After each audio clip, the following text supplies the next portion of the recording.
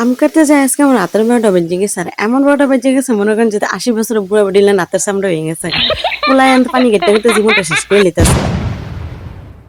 বলো বিসমিল্লাহির রহমানির রহিম। মাশাআল্লাহ তুমি বলো বিসমিল্লাহির রহমানির রহিম।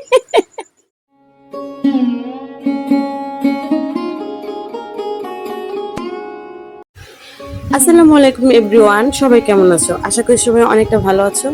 তো আজকের ভিডিওটা আমি শুরু করলাম বিকালের পর থেকে। আর আজকে কি কি করলাম বিকাল থেকে রাত পর্যন্ত সবটাই তোমাদের সাথে শেয়ার করব। তোমরা সবাই প্লিজ পুরো ভিডিওটা দেখো না টেনে। আশা করি তোমাদের ভিডিওটা ভালো লাগবে। বিকাল বিকাল আমার শাশুড়ি কতগুলো আম নিয়ে আসলো, মানে কতগুলা না বলতে গেলে 3 খাঁচি আম নিয়ে আসছে। তো এইগুলা দিয়ে নাকি উনি কি আমের আচার বানাইবো, তো ওনারা একটু হেল্প করার জন্য বলতেছে আমগুলো চুলাই দেওয়ার জন্য, কারণ মুরব্বী মানুষ তো একা এতগুলো আম চুলাইতে পারবো না। তা আমি বসে বললাম আম কাটার মিশনে আমি আমগুলো এই কাটার দিয়ে চুলাই দিতেছি, আর আমার ফুপু সেইগুলা মানে আমার ফুপু শাশুড়ি সেইগুলা কাটতেছে পিস পিস করে। আর এদিক দিয়ে তোমরা দেখতেই পাচ্ছ আমার ছোট্ট বাবার হাতটা সে অনবরত পানিগুলা ঘাটতেছে, আর এত পানি ঘাটতেছে যে তার হাতটা একদম নরম নরম হয়ে গেছে, কারণ বাচ্চাদের হাতটা এমনিতেই নরম থাকে। তো এখন এদিক দিয়ে আমি আপনাদের আমার হাতটা দেখাতেছিলাম যে এতগুলো আম কাটার পর হাতে কি একটা অবস্থা হয়েছে। তো ভাবতে অবাক লাগে, আমরা একসময় এরকম বয়স, আমাদের যখন বয়স হয়ে যাবে তখন আমাদের হাতের চামড়াগুলো এরকমই হবে। আর তো বিকালে চলে গেলাম আমটাম কাটার পর, আমরা বিকালে চলে গেলাম যে শুটকি তরকারি রান্না করবো, সেই তরকারিটা যোগান দিতে। তো শুটকি তরকারি রান্না করতে আমাদের প্রয়োজন মিষ্টি লাউ পাতার ডুগা বা মিষ্টি কুমড়া ডুগা, যে কোনো একটা হলে হবে। তো আমরা লাউ পাতা ডুগাটা পাইছি, তো এটাই নিলাম। তো এখানে আমার শাশুড়ি সবগুলো উঠাইতেছে আস্তে আস্তে করে, আর আমি পিছন থেকে ভিডিও করতেছি, কারণ আমার কাজই এটা। তো এই তরকারিটার সাথে সাথে কিন্তু আরো অনেক কিছু আমি অ্যাড করবো, সেটা আমি পরে আপনাদেরকে বলে দিব। আর এখানে আপাতত আমরা এই পাতাগুলো নিয়ে এখন বাসায় চলে যাব। তো গ্রাম অঞ্চলে না এরকম গাছ থেকে সবজি পেরে তারপর রান্না করাটা, এটা রান্না করে খাইলে না শরীরের জন্য অনেকটা উপকার। কিন্তু শহরে গরম এরকম পুষ্টিকর খাবার খুবই কম পাওয়া যায়। এখানে আমার মেয়ে কি সুন্দর দৌড়ায় দৌড়ে আসতেছে, কিন্তু তারে দেখে আমারও মন চেতেছে যে আমিও যদি একবার সেই ছোট্টবেলায় আবার চলে যেতে পারতাম। কিন্তু ভাগ্যিস সেটা কোনোদিনও সম্ভব না, কারণ সময় সবার জন্য একবারই নির্ধারিত, সেটা চাইলে কখনো পিছানো সম্ভব না। তো এখানে আমি আপনাদেরকে দেখানোর চেষ্টা করছিলাম যে কতগুলো নিয়েছিলাম, বেশি নিই নেই, অল্প, জাস্ট আমি রান্না মানে আমি একা খাবো, আমার হাজবেন্ড খাবে না, সে এই তরকারিটা আবার বেশি খেতে পারে না। আর এই মানে শুটকি তরকারি খাবে, বাট এরকম পাঁচ মিশালি দিয়ে এগুলো দিয়ে কখনই খাবে না।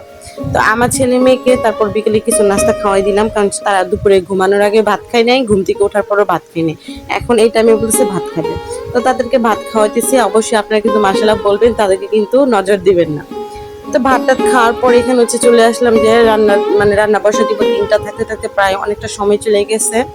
তো ওই দিক দিয়ে সব কাইটা টাইটা ধুয়া টিয়া সব নিয়ে আসছে, এখন হচ্ছে এখানে আগুন দিতেছি, কারণ এই চুলাটা হচ্ছে বেশি দিন না, মাত্র কিছুদিন আগে তৈরি করা হয়েছে চুলাটা। তো চুলাটা তৈরি করার পর আমি একদিন রান্না করছিলাম, তারপর হচ্ছে প্রচুর মেঘ নামছে, যার জন্য চুলাটা আবার ভিজা গেছে।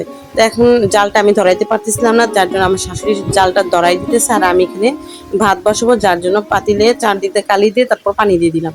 এদিকে আমার ফুফু শাশুড়ি একটু পরপর ভাত মানে জালটা ধরাই দিতেছে সুন্দর করে।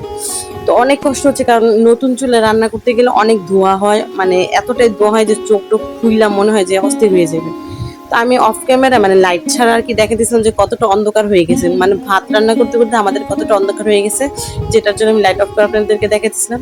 তো এদিক দিয়ে একটু পরপর ফু দিতে হয়, কারণ নতুন চুলা জালটা একটু পরপর নিভা যায়। কিছুদিন রান্নাগুলো তারপর এটা ঠিক হয়ে যাবে। আর এই ফুটা দিতে গেলে না মনে হয় যে ভিতর থেকে সব বাইরে চলে আসে, কারণ এতটা চোখ জ্বলে, মানে খুবই খারাপ। যারা করেছিল রান্না করেন তারা অবশ্যই জানেন এই জিনিসটা, যে ধোয়া চোখের মধ্যে চলে আসলে কতটা কষ্ট হয়।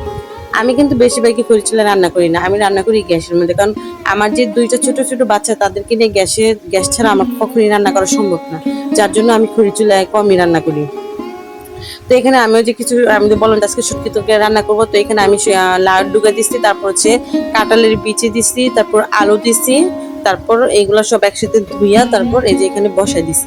আর অবশ্যই রান্নাটা আমি তেল ছাড়া করতেছি, কারণ এটাতে আমি কোনো প্রকার তেল দিব না, এমনিতে জাস্ট সবকিছু দিয়া তারপর হলুদ মরিচ লবণ দিয়া ঢাইকে দিচ্ছি পানি দিয়া। এটা যখন কিছুটা হয়ে আসবে তখন আমি এটার মধ্যে শুটকি আর রসুন অ্যাড করে দিব।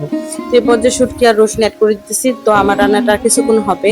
আর এই শুটকি তরকারিটা আমি ঝোল ঝোল রাখবো, এটা কোনোভাবে আমি শুকাবো না, কিন্তু যাদের ইচ্ছা তারা শুকায় খাইতে পারে, বাট আমার কাছে এটা ঝোল ঝোলই ভালো লাগে। আমার রান্নাটা প্রায় কমপ্লিট, অনেকটা রাত হয়ে গেছে, প্রায় 8টা বেজে গেছে এইগুলো শেষ করতে করতে। তো এখানে দেখেছিলাম যে আমি কতটা ঝোল রাখছি। তো আশা করি তোমরা সবাই আমার ভিডিওটা দেখার পর ভালো লাগবে। প্লিজ সবাই আমার ভিডিওগুলো দেখো, আমার পাশে থাকো, আমাকে সাপোর্ট করো, বুঝছো। আর এখানে আমি দেখাতেছিলাম যে আমার ছেলের জন্য চালের গুঁড়ি রান্না করছে, ওটা দেখাতেছিলাম। আর এখানে হচ্ছে ডেকে যে রান্না করছিলাম, নতুন চুলা তো, যার জন্য কালিটাতে ডেকের তুলির মধ্যে এমন ভাবে লেগে গেছে, এটা মানে উঠেই না বা খুবই কম বড়ের।